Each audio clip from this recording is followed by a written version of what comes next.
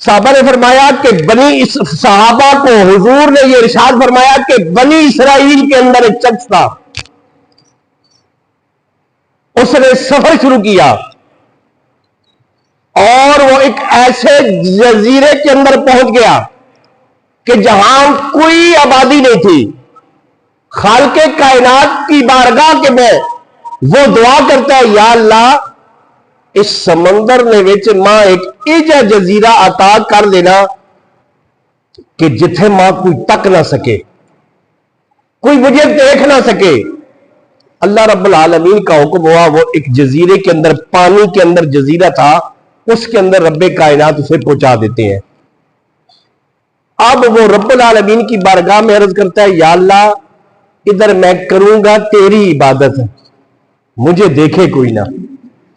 اب رب کائنات نے اس جزیرے میں اسے ایسے چھپا دیا کہ کوئی بندہ ادھر جاتا ہی نہیں تھا، کوئی ادھر دیکھتا ہی نہیں تھا۔ اب رب العالمین نے کیا کیا، ایک پتھر سے اس کے لیے میٹھا پانی نکالا، وہ شخص پانی پیتا، رب کی عبادت کرتا رہتا۔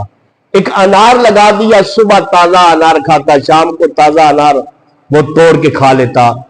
انگور لگا دیے، کھانے پینے کا انتظام ہو گیا۔ 1 سال نہیں، 2 سال نہیں، 500 سال اس بندے نے رب کی بارگاہ میں عبادت کی۔ اب آ گیا موت کا وقت قریب، آپ نے توجہ رکھنی ہے۔ جب آیا نا فرشتہ موت والا، تو وہ کہنے لگا، یا اللہ میری ایک دعا ہے کہ جب میری روح نکلے نا تو میں سجدے میں ہوں۔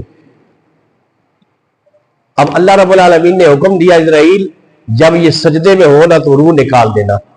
ایک اور دعا کرتا ہے، یا اللہ قیامت والے دن سارے اٹھ جائیں، نہ سجدے میں ہی ہو،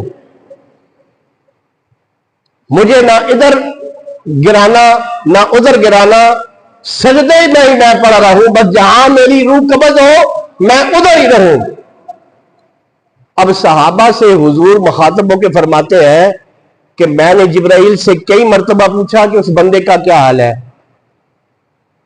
تو جواب یہ آیا کہ وہ بندہ ابھی تک سجدے میں ہے۔ اللہ کے پیارے محبوب نے فرمایا، پھر قیامت والا دن جب ہوگا نا تو اس بندے کو سجدے سے اٹھایا جائے گا۔ جب وہ بندہ اٹھے گا، میزان قائم ہوگا، حساب و کتاب کا دن ہوگا،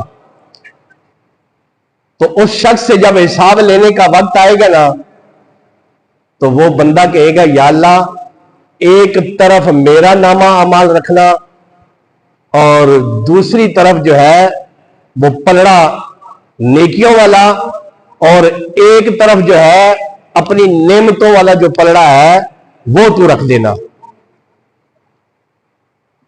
اللہ رب العالمین نے فرمایا کہ میں اس بندے کو اپنی رحمت سے بخشتا ہوں۔ وہ بندہ آخر لگا، اللہ جی میں تسانی رحمت اللہ بخشینا، میں اپنے اعمال نال بخشیسا۔ اللہ رب العالمین نے پھر فرمایا، چل میں نے تجھے اپنی فضل سے بخش دیا ہے۔ عرض کرتا ہے، یا اللہ تیرے فضل سے نہیں، اپنے اعمال سے میں بخشا جاؤں گا، کیونکہ میں نے 500 سال عبادت کی ہے، اور ایسی عبادت کی ہے کہ کسی بندے بشر نے دیکھا نہیں ہے۔